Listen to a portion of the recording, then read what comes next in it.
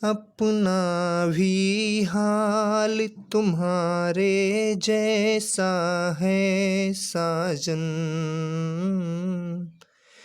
बस याद तुझे करता हूँ और कोई काम नहीं। बन गया हूँ मैं तेरा दीवाना, धीरे धीरे से दिल को चुराना। नमस्कार, भारत माता की जय, वंदे मातरम। स्वागत है आप सभी का आपके अपने इस चैनल में। साथियों, थोड़ा सा 2 लाइन गाने को गुनगुनाया हूँ ताकि ये वीडियो थोड़ा सा इंटरेस्टिंग हो जाए।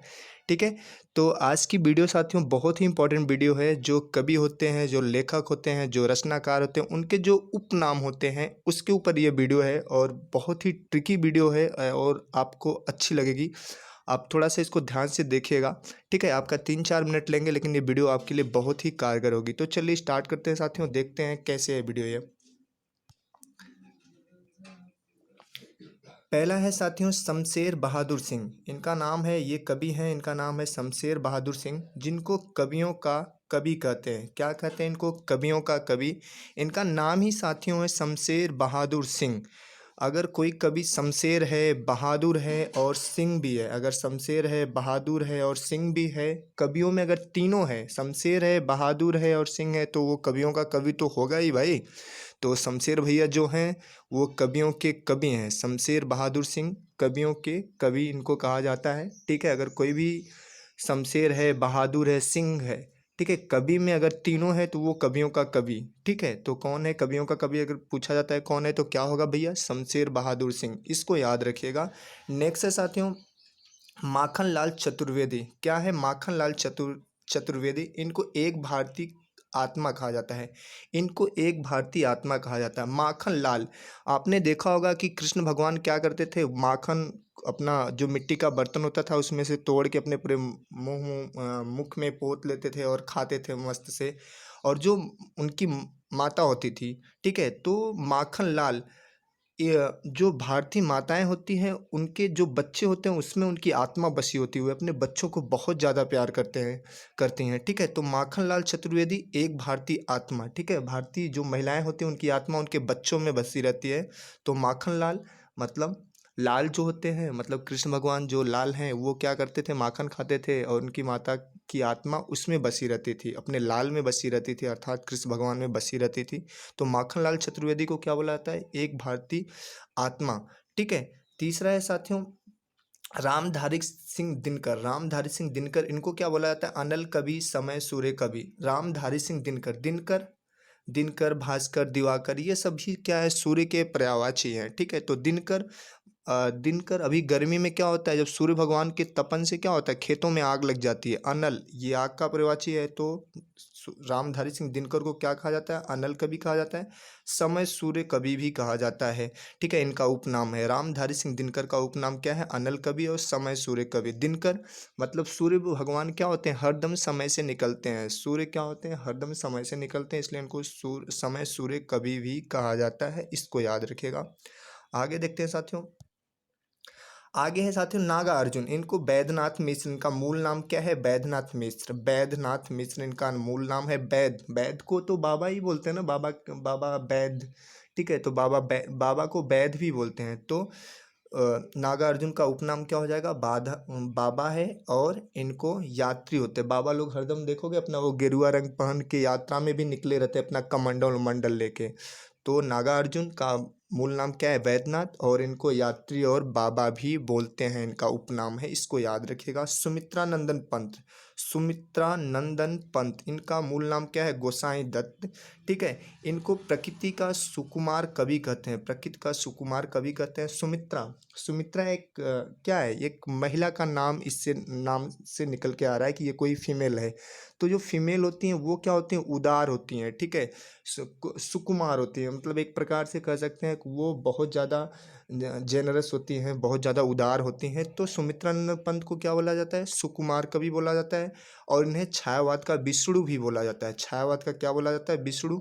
अब इसको कैसे याद करेंगे? सुमित्रा मतलब मान लो सुमित्रा क्या है? विष्णु भगवान की वाइफ है, मान ले रहे हैं ट्रिक के लिए। और नंदन दोनों लोग नंदन विष्णु भगवान, मान लो विष्णु भगवान है, ये क्या रहे हैं, जो सर्प होता है देखे होंगे आप लोगों के, विष्णु भगवान क्या करते हैं, जो उनके ऊपर जो नाग देवता रहते हैं वो अपना सर्प से उनको छाया किए रहते हैं। तो सुमित्रा उनकी वाइफ हो गए, नंदन विष्णु भगवान हो गए, और सर्प जी क्या किए, छाया किए हैं। तो छायावत के विष्णु कौन हो गए, सुमित्रा नंदन पंत। इसको अच्छे से आप याद कर सकते हैं भैया। आगे चलिए देखते हैं आगे कौन कौन से कवि हैं। आगे हैं जयशंकर प्रसाद। इनका मूल नाम क्या है, झारखंडी। अरे भैया शंकर, शंकर भोलेनाथ, बाबा भोलेनाथ के रूप, शंकर जो सर्प होते हैं उनको बाबा भोलेनाथ का रूप माना जाता है। और वो कहाँ रहते हैं, झाड़ में रहते हैं, झाड़ में रहते हैं। तो इससे क्या हो जाएगा, झारखंडी इनका मूल नाम हो गया। और इन्हें छायावाद का ब्रह्मा कहा जाता है। किसको, जयशंकर प्रसाद को छायावाद का ब्रह्मा कहा जाता है भैया, क्योंकि ये छायावाद के जनक के रूप में है। तो जनक, निर्माता ब्रह्मा जी क्या करते हैं, निर्माण करते हैं। कहते हैं पृथ्वी का पूरा निर्माण ब्रह्मा जी ने किया है। तो जयशंकर प्रसाद क्या हो गया, इनका मूल नाम झारखंडी हो गया भैया। और ये क्या हो गया, छायावाद के ब्रह्मा हैं। इनका नाम, उपनाम क्या है, छायावाद के ब्रह्मा। इसको याद करिएगा भैया, याद रखिएगा।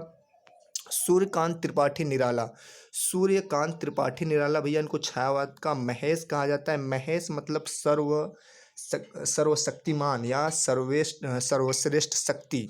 तो भैया सूर्य है जो, वो क्या है, अभी सर्वश्रेष्ठ है पृथ्वी पे। सर्वश्रेष्ठ क्या है, सूर्य है। सूर्य के जैसा ताप या सूर्य के जैसा क्या कहते हैं, तापमान किसी के पास नहीं है। तो सर्वश्रेष्ठ प्रभु या सर्वश्रेष्ठ शक्ति कौन है, सूर्य हैं। इसलिए सूर्यकांत त्रिपाठी को क्या बोला जाता है, सूर्य से सूर्यकांत त्रिपाठी। और सूर्यकांत त्रिपाठी क्या है, छायावाद के महेश हैं। ठीक है, आगे देखते हैं हम लोग। आगे है साथियों, आगे है गया प्रसाद शुक्ल।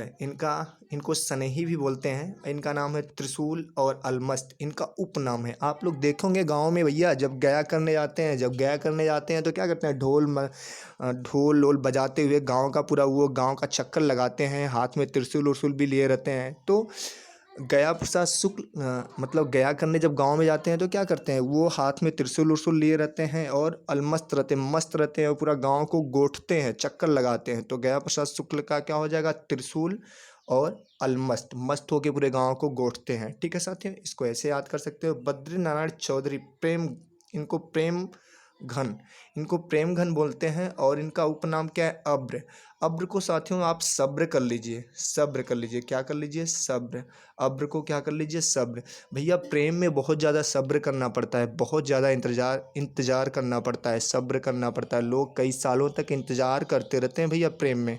ठीक है, अपनी बातों को कह नहीं पाते, अपनी जो उनकी प्रेमिका होती है या जो लवर होती है उससे कह नहीं पाते हैं, और इंतजार ही करते रहते हैं कई लोग। तो बद्रीनारायण चौधरी, जिनको प्रेम घन भी बोला जाता है, और प्रेम घन बोला जाता है, इनका उपनाम अब्र है। अब्र मतलब सब्र, सब्र से इसको कर लो। और प्रेम में बहुत ज़्यादा सब्र करना पड़ता है। तो बद्रीनारायण चौधरी का उपनाम क्या हो जाएगा, अब्र। इसको याद रखिएगा भैया। घनानंद, इनको रसमूर्ति कहा जाता है भैया। घनानंद को रसमूर्ति कहा जाता है। इनकी प्रेमिका का नाम क्या था, सुजान। और उससे ये बहुत ज़्यादा प्रेम करते थे अपनी प्रेमिका से। और उसकी जब मूर्ति देखते थे तो इनको बहुत ज़्यादा आनंद आता था, रस मिलता था इनको। तो घनानंद की प्रेमिका का नाम क्या था, सुजान। और सुजान की जब ये मूर्ति देखे थे तो इनको बहुत ज़्यादा रस मिलता था। तो इनका नाम क्या हो गया, रसमूर्ति। ठीक है, किसका नाम, घनानंद का। इसको ऐसे याद कर सकते हैं साथियों। आगे देखते हैं। आगे है साथियों, कठिन काव्य का प्रेत। कठिन काव्य का प्रेत किसको बोला जाता है, केशव दास। केशव का मतलब क्या होता है बेटा, सॉरी, केशव का मतलब क्या होता है, काला। केशव का मतलब होता है काला। और भूत लोग कैसे होते हैं, काले होते हैं। भूत लोग कैसे होते हैं, काले होते हैं। और इसीलिए कठिन काव्य का प्रेत किसको बोला जाता है, केशव दास को। ठीक है, केशव दास को कठिन काव्य का प्रेत बोला जाता है। और आप देखेंगे ना, बनारस में अगर आप गए होंगे तो जो वहाँ पे वो रविदास गेट है, वहाँ पे केशव पान भंडार है। तो भूत लोग को पान भी चढ़ाया जाता है। जब कोई ओझा लोग बताते भैया पान उन चढ़ा दो सही हो जाएंगे, तो भूत लोग को पान भी चढ़ाया जाता है। तो केशव पान भंडार। तो कठिन काव्य का प्रेत किसको बोला जाता है, केशव को, केशव दास को। ठीक है, आगे है साथियों, कठिन गद्य का प्रेत। ये सच्चिदानंद हीरानंद वात्स्यायन इनका पूरा नाम है, अज्ञेय बोला जाता है। और इनको कठिन गद्य का प्रेत बोला जाता है। ठीक है, कठिन कठिन गद्य का प्रेत। अगर कठिन गद्य है भाई तो वो जल्दी से याद नहीं होगा, उसको गे नहीं कर पाओगे, आप गा भी नहीं सकते, तो अज्ञेय मतलब जाना भी नहीं जा सकता। तो कठिन गद्य का प्रेत किसको बोला जाता है? अज्ञेय, जिनका पूरा नाम क्या है? सच्चिदानंद हिरानंद वात्स्यायन अज्ञेय। आगे देखते हैं। हाँ, आगे है एक और है सूरदास। भैया सूरदास को बोला जाता है पुष्टि मार्ग का जहाज। पुष्टि मार्ग का जहाज, इसको कैसे याद करेंगे? मान लो कोई सूर है यार, उसको पैदल आप भेजेंगे कहीं तो वो बेचारा जा नहीं पाएगा, दोनों आँखों से उसको अगर दिखाई नहीं दे रहा है तो वो जा नहीं पाएगा भैया, और लड़ जाएगा, एक्सीडेंट हो जाएगा उसको। तो उसको क्या करेंगे, अगर जहाज में बैठा के, अगर एरोप्लेन या कहीं बैठा जहाज में बैठा के उसको सीधा जहाँ जाना है वहाँ उसको लैंड करा देंगे तो क्या होगा, उसका एक्सीडेंट नहीं होगा। तो सूरदास, जिनको दिखाई नहीं देता उनको जहाज में बैठा के लैंड करा दो भैया जहाँ ले जाना है, इसलिए सूरदास को क्या बोला जाता है? पुष्टि मार्ग का जहाज। इनका उपनाम है भैया पुष्टि मार्ग का जहाज। जहाज में बैठा दो अगर सूर है भैया तो पहुंच जाएंगे अपनी जगह पे। तो इसको ऐसे याद कर सकते हैं भैया। आगे है पंडित जगन्नाथ दास। इनको रत्नाकर या जैकी बोला जाता है। जैकी, ज से जगन्नाथ और ज से जैकी, रत्नाकर और जैकी बोला जाता है। इनको ऐसे याद कर सकते हैं आप, जैकी याद रखिएगा, जगन्नाथ, जैसे जगन्नाथ और जैसे जैकी इनका उपनाम है, इसको अच्छे से आप याद रखिएगा। ठीक है।